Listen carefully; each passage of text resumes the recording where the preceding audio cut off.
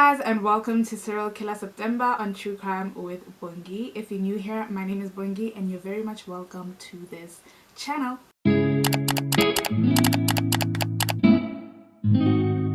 So today we're going to be talking about Dennis Rader, the serial killer better known by his self-assigned pseudonym BTK, which stands for Bind, Torture and Kill. He managed to terrorize the community of Wichita, Kansas for years and years and years, and he would also manage to sort of blend into the community so much that nobody suspected him, and he managed to evade capture for over 30 years. But thankfully he wasn't the smartest of people, and eventually the police did capture and arrest him in 2005, and today we're going to be getting into him and all of his crimes. So Dennis Rader was born in Pittsburgh, Kansas on the 9th of March 1945, making him a Pisces. He was born to Dorothea May Rader and William Alvin Rader as the first of 4 sons. He grew up in Wichita, Kansas, and by all accounts his childhood was pretty normal and quite unremarkable in a sense. His father was a U.S. Marine Corps and later worked for the Kansas Electric Utility after World War II, while his mother worked at a local supermarket. They both worked for really long hours and both wouldn't give their children much attention, but Dennis particularly felt like his mother would ignore him, and he actually would grow to resent his mother for ignoring him. He attended Riverview Elementary School, where he was an average to below average student and seemed like an introverted and withdrawn child. By his own admission, he developed fantasies about dominating and torturing women while still in grade school, so it's primary school for us in case you don't know. And he would actually also start killing cats and dogs by strangling and hanging them whilst still a child. This was something that was sparked by him seeing his grandmother kill chickens at some point during his childhood, and this sight stuck with him and he just knew that that was something that he wanted to do. By the time he hit puberty, he was already dreaming of tying girls up and having sex with them, and he had already killed plenty of cats and dogs. He was also a Boy Scout, and that's where he would actually learn how to tie knots. In 1963, he graduated from Wichita Heights High School and he went to Kansas Wesleyan University, but he dropped out after 1 year. In 1966, 21-year-old Dennis Rader would join the U.S. Air Force, and while there he would actually become a peeping Tom. So he would peek through people's windows to watch the women undress, and he would also sometimes break into the homes and steal their undergarments. Of all the things he could steal, he would just head straight to the underwear drawers and steal their bras, panties and other undergarments. He was discharged from the Air Force in 1970 and he moved back to Park City, where he briefly worked at a meat department in a supermarket. That very same year he met 22-year-old Paula Diaz, and the two would go on to get married just within months of knowing each other. Paula was born on the 5th of May 1948 in Park City, Kansas, and she would actually spend most of her life in Park City. Her dad was an engineer, her mom was a librarian, and they raised Paula in a very religious household. She graduated from her local high school in 1966 and headed over to the National American University to study accounting. She then graduated in 1970, and that very same year she met Dennis Rader in church, and the two quickly fell in love. The very next year, on the 22nd of May, they got married, and both of them were pretty happy about their marriage. Dennis then attended the Butler Community College in El Dorado and got himself an associate's degree in electronics in 1973. After getting his associate's degree, he then enrolled into Wichita State University to study criminal justice. From 1970 to 1973, he was also working as an assembler for Coleman Company, which is a company that makes camping equipment. In July of 1973, he also started working for Cessna, which is a small aircraft manufacturer, but the company let him go later on in the year. He was now unemployed and unhappy, which is a combination that pulled him deeper and deeper into his dark fantasy world. He began to do what he called trolling, which was basically driving around or walking around certain neighborhoods, heading over to malls and school campuses just to find young ladies to look at and just lust over. He would also stalk some women as they shopped at the grocery stores by themselves. Around this time, Paula was also pregnant with their very first child and gave birth to their son Brian on the 30th of November. Just 6 weeks after Brian's birth, Dennis Rader would go on to commit his first murders. There was a new Latina family in his neighborhood, the Otero family, that consisted of the father, 38-year-old Joseph, the mother, 34-year-old Julie, and their 3 sons and 2 daughters. The 3 sons were Charlie, Danny, Joseph Jr., and the 2 daughters were Carmen and Josephine. Joseph worked as a mechanic as well as a flight instructor, while Julie worked for Coleman Company. Apparently Dennis had a thing for Latinas, and he took notice of Julie and her 11-year-old daughter Josephine. So he started watching them, he started stalking them, and he took note of their daily routines. On the 15th of January 1974, Dennis got together his hit kit, which consisted of guns, knives, hoods, cords, tape, plastic bags, gloves, and multiple tools that he would need for breaking and entering. So he got this kit of his together and he headed over to the Otero household. At around 8:20 a.m. he cut the phone lines and entered the home through the back door. So he was expecting Julie and her 2 children, 9-year-old Joseph Jr. and 11-year-old Josephine, to be home,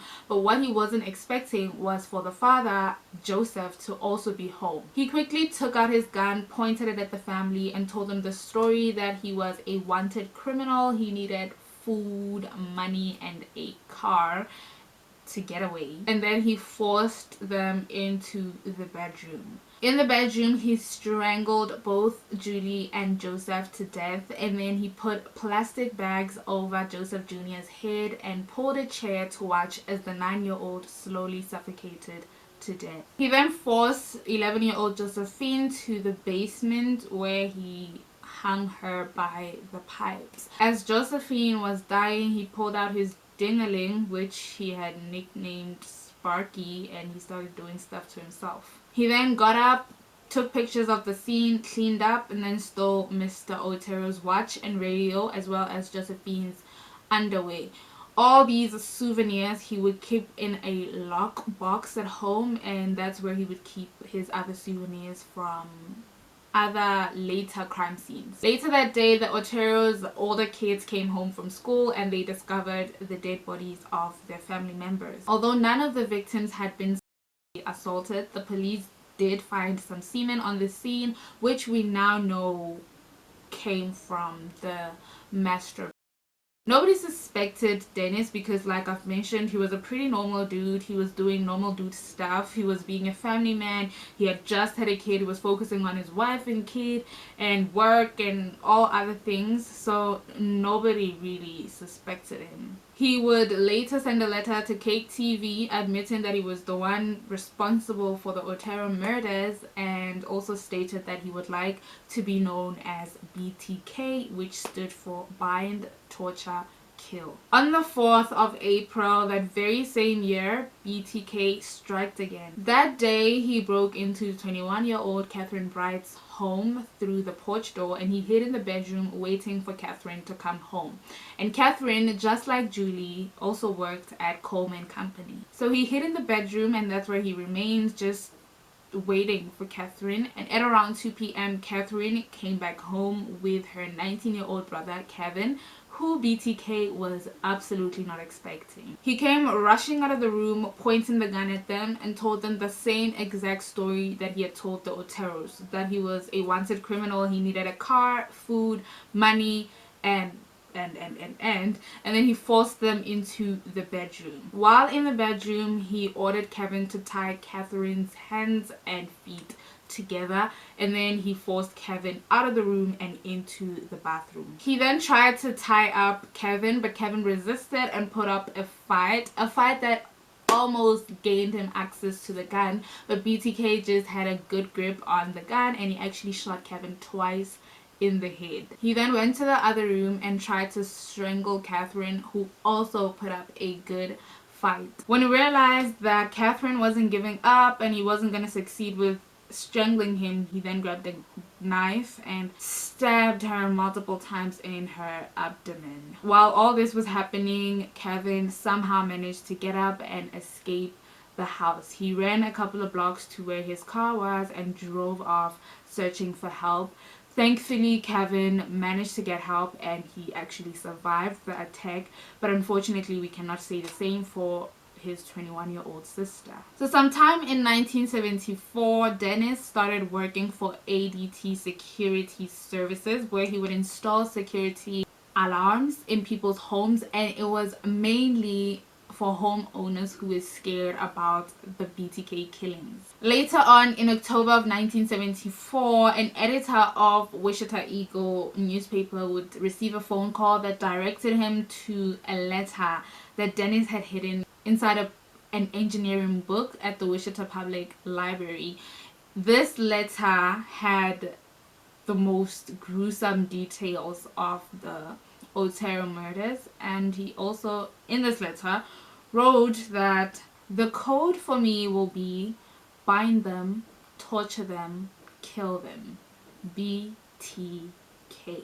After murdering Kathryn, I guess you could say he was satisfied because he took a long break and would only strike again after 3 years. I think he was scared because Kevin had survived the attack and maybe Kevin had seen his face, so he was afraid that if he struck again, this survivor would show up and give people, the police, some information about him that nobody else knew, because up till this point he hadn't had a survivor. But in 1977, after 3 whole years of silence, he came out again. On the 17th of March, as he was driving down Hydraulic Street, he came across a 5-year-old boy named Steve.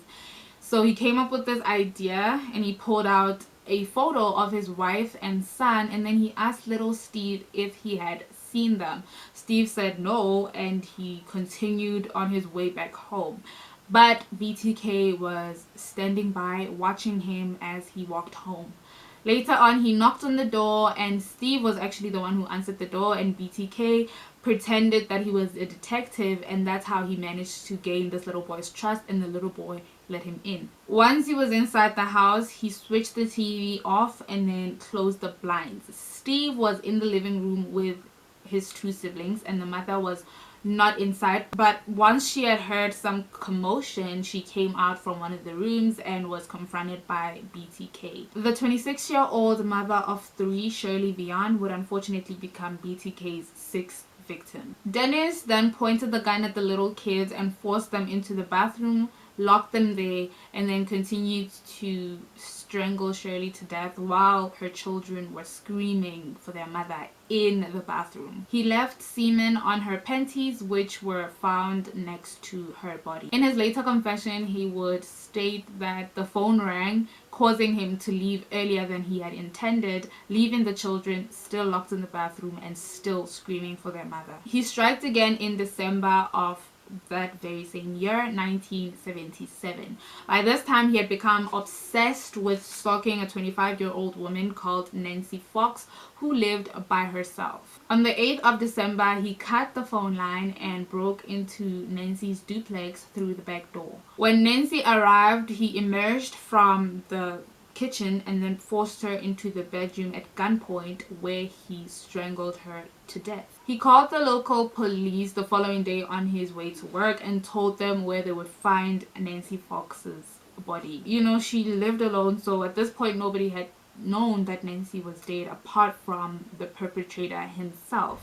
So the police rushed over to Nancy's house and they found the dead body of 25-year-old Nancy Fox with semen on the nightgown lying beside her dead body. The police would later try to find the person who had made the phone call, but would unfortunately be unsuccessful. So early in 1978, BTK sent a sarcastic poem called Shirley Locks to Wichita Eagle newspaper, and the poem read, "Thou shalt not scream, but only lay on cushion and think of me and death."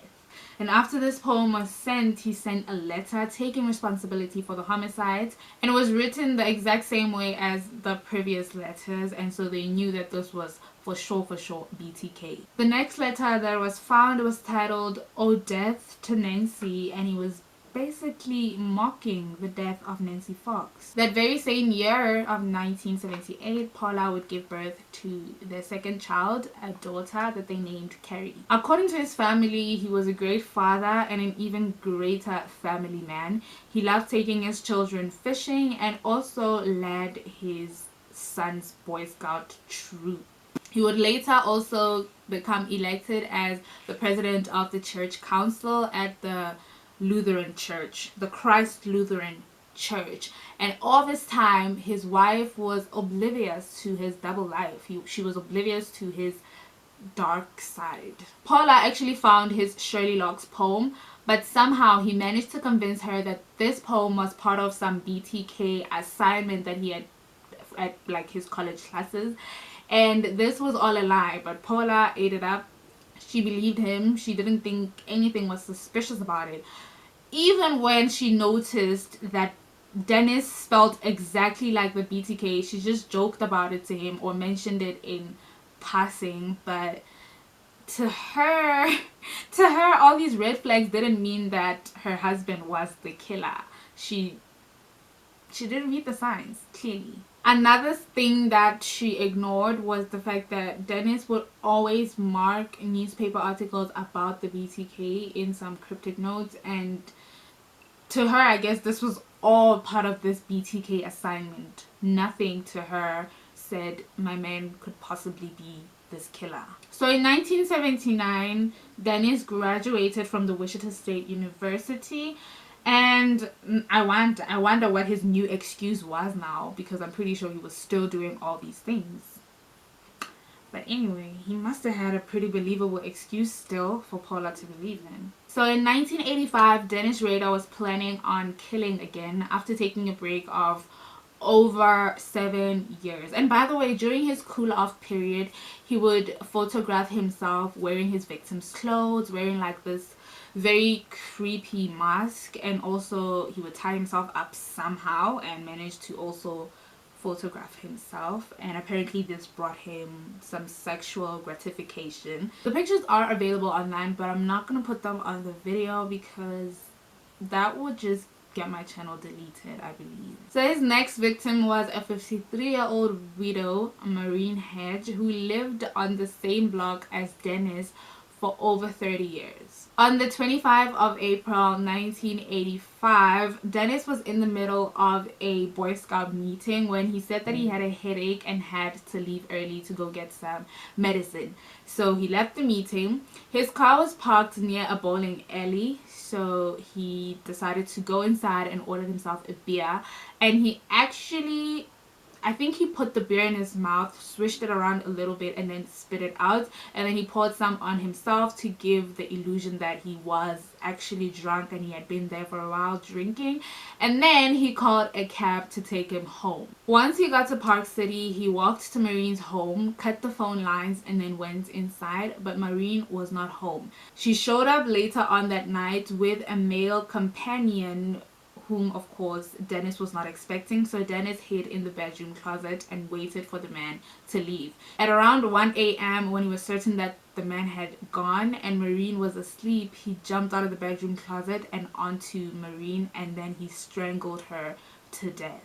He then dragged her body outside, put her in the trunk of her own car, and drove her to his church. She was a trusted member of the church, so he had keys on him. He dragged Maureen's body into the church basement, placed it in different positions, and was taking pictures of her body in different poses. He then put her body back in the trunk and dumped her body in a ditch not so far from their home. In 1986, he started planning the murder of a 28-year-old mother of two, Vicki Wegerle, calling it his PJ project. At around 10 a.m. on September 16th, he dressed up as a telephone repairman and headed over to Vicki's house. Vicki let him in thinking that he was gonna fix the broken phone line. I think he had cut it prior to coming over. And you know, when she saw a telephone repairman, she just let him in to fix the phone line. The same thing happened yet again. He forced her into the bedroom, tied her up, and then strangled her. He then took photos of the body in different positions and then left using the Wegerle's car. Like, he stole their car. He parked the car only a few blocks from their home and then cleaned it up. He then walked to his own house, changed clothes, and got away with murder once more. Vicki's husband Bill came home and he was the one who discovered Vicki's dead body, but Vicki's 2-year-old was actually also home at the time. He took another break and struck again in 1991. This time his target was 62-year-old Delores Davis. Dennis had a very well thought out plan to get what would be his final victim. On the 19th of January 1991, he came up with yet another excuse to leave yet another Boy Scout meeting early. He drove his car to his parents' house to change out of his Scout's clothes and into his hit clothes. He then drove to the Baptist church in Park City, parked his car, and set off on foot. He waited outside Delores' house until he was sure that she was asleep. He then broke the glass door at the back with a cement block,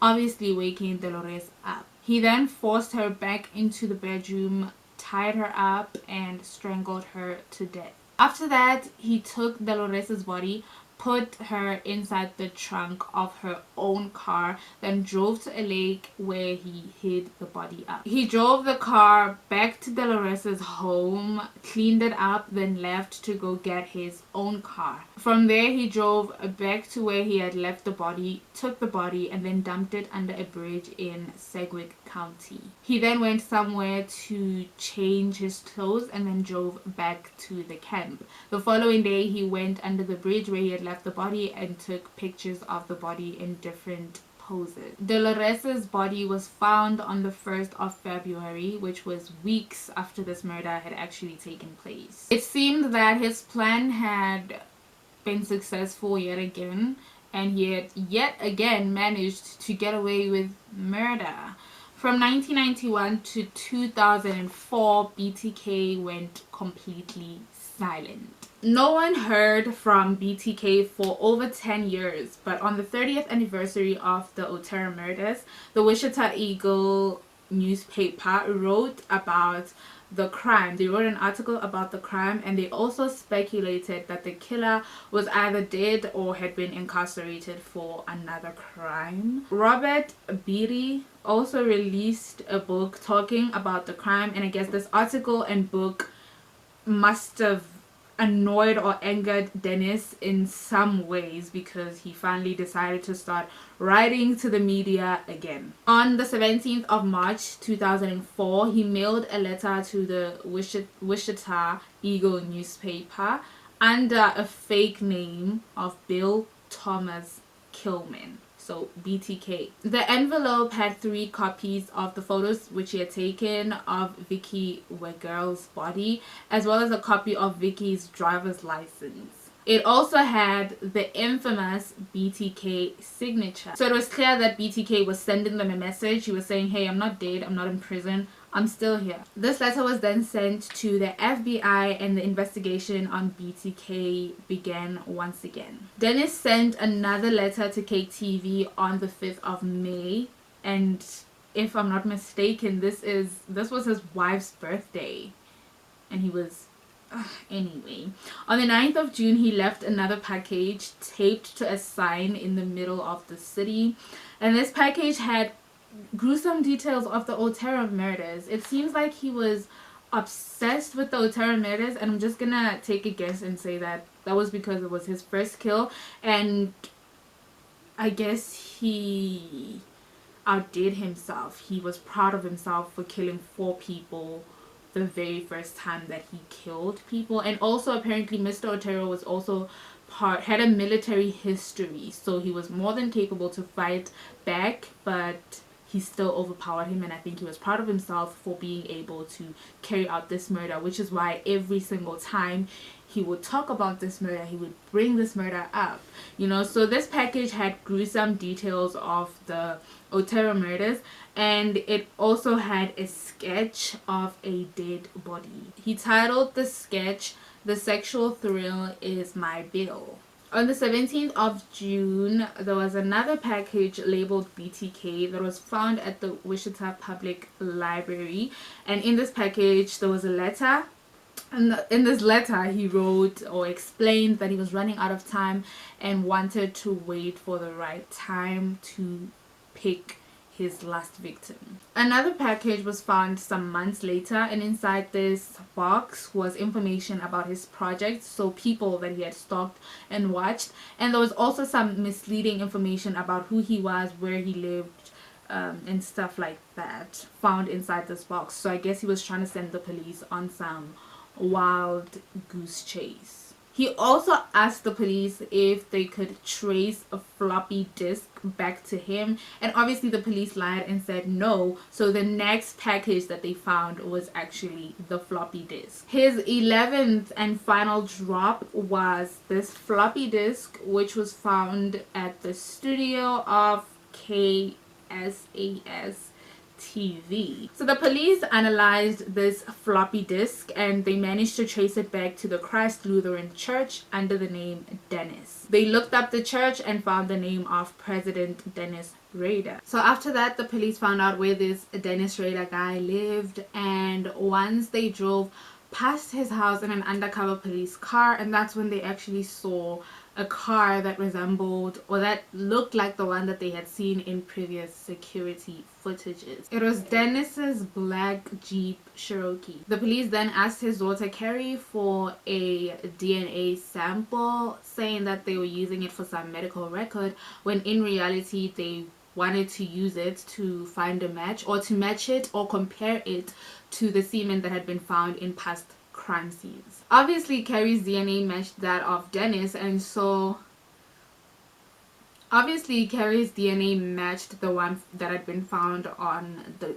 previous crime scenes. And so on the 25th of February 2005, the Wichita Police Department surrounded Dennis's car after he had ate lunch at work, and then they led him to a waiting police car where he was handcuffed and finally apprehended after 30 long years of terrorizing the community of Wichita. So they took him to an interrogation room, and at first he didn't want to talk, but it didn't really take long for him to open up and start spilling all the beans, telling them all the details, some that were not even known to the public and some that were not even known by the police. He was giving every little detail possible, and in the end he had given a 30-hour-long confession. He sounded very proud of what he had done, and he was very cocky and proud of the publicity that he had been given. So the police searched his home, and that's when they found the original BTK letters. They found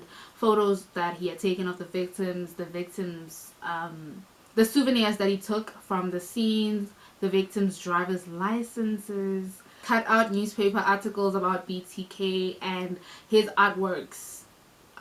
Yeah, his artworks. Many people in the community were shocked to find out that Dennis Rader was the BTK killer, because like I said, he was a very trusted member of the community. He seemed like a pretty normal guy, great father, great family man, great president of the church council. Nobody thought that he was this monster that was terrorizing their community. On the 26th of July, Paula was granted an emergency divorce.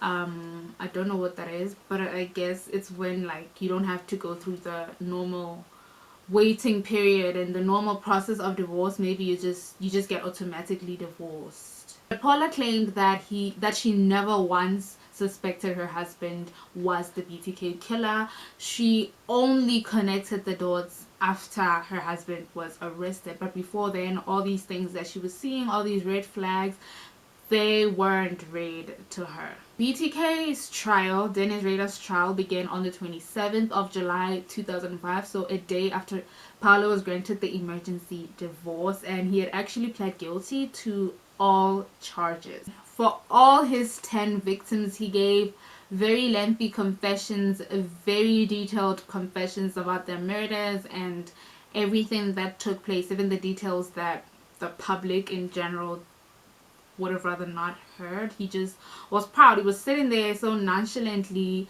giving all the details about all the murders, and it was so incredibly sickening how he was just chilled. He was just telling these stories or these details in such a chilled way, and you could actually see by just watching the footages that he was feeding off of all the attention that he was getting.